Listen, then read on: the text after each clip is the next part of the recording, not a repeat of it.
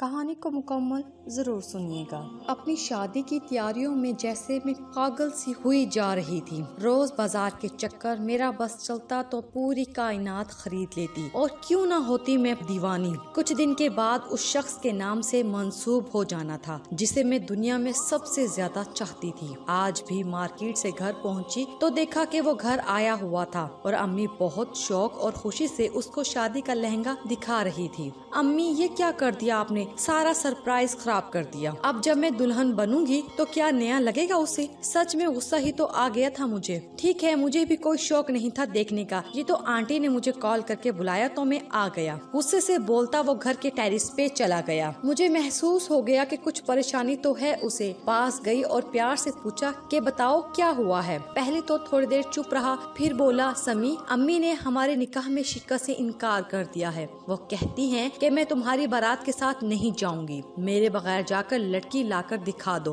और बड़ी आपा और मेरा छोटा भाई भी अम्मी के साथ मिल गए हैं। मेरे तो पाँव के नीचे से जमीन ही निकल गई। प्लीज वकार, देखो ऐसे नहीं बोलो, दिन बहुत कम रह गए हैं, अब्बू भी कुवैत से आने वाले हैं, सारी तैयारियां मुकम्मल हैं, तुम जानते हो ना।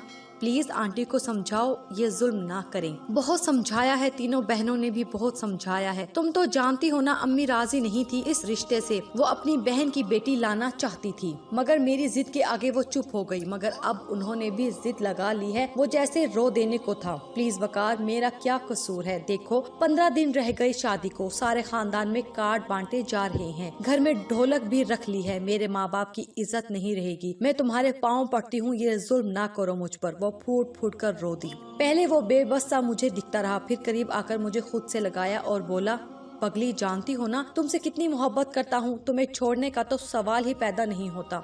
मैं तो मर जाऊंगा तुम्हारे बगैर। अच्छा रोना बंद करो, मैं हूँ ना, सब ठीक कर लूंगा, चलो अंदर चलो। ड्राइंग रूम में आए तो सोफे पर लहंगा इसी तरह पड़ा हुआ था। उसने दुपट्टा उठा के मुझे उड़ाया। माशाल्लाह, जानती हो समी, तुम बिल्कुल वैसी ही हो जैसा मैंने कभी सोचा था कि मेरी बीवी होगी। मैं मर सकता हूँ, तुम्हें नहीं छोड़ सकता। वकार, तो फिर मना लो ना सबको, जैसे मंगनी के लिए मनाया था, रिश्ते के लिए मनाया था। प्लीज मुझे यहाँ से ले जाओ। बोला, जब तक मैं हूँ तुम परेशान मत हो, सब ठीक हो जाएगा। फिर मेरे माथे को चूम के बोला, तुम मेरी हो, मेरे पास ही आओगी। मैं यहाँ से सीधा बड़ी आपा के घर जा रहा हूँ, बाकी तीनों बहनें भी उधर ही आ जाएंगी। कोई ना कोई रास्ता निकल आएगा। आज रात को कॉल नहीं करूँगा, पता नहीं कितनी देर हो जाए, तुम खाना खाकर सो जाना। और मैं उसकी हर बात पर आंखें बंद करके ईमान ले आने वाली ऐसे पुरसकून हो गई कि जैसे कुछ हुआ ही नहीं। उस रात वाकई उसकी कॉल नहीं आई और मंगनी के बाद ये पहली रात थी कि हम बात किए बगैर सोए हो। पूरी रात अजीब सा डर भी था और मोहब्बत पर यकीन भी। पता नहीं मुझे क्यों लगता था कि सारी दुनिया मुझे छोड़ दे, वकार नहीं छोड़ सकता।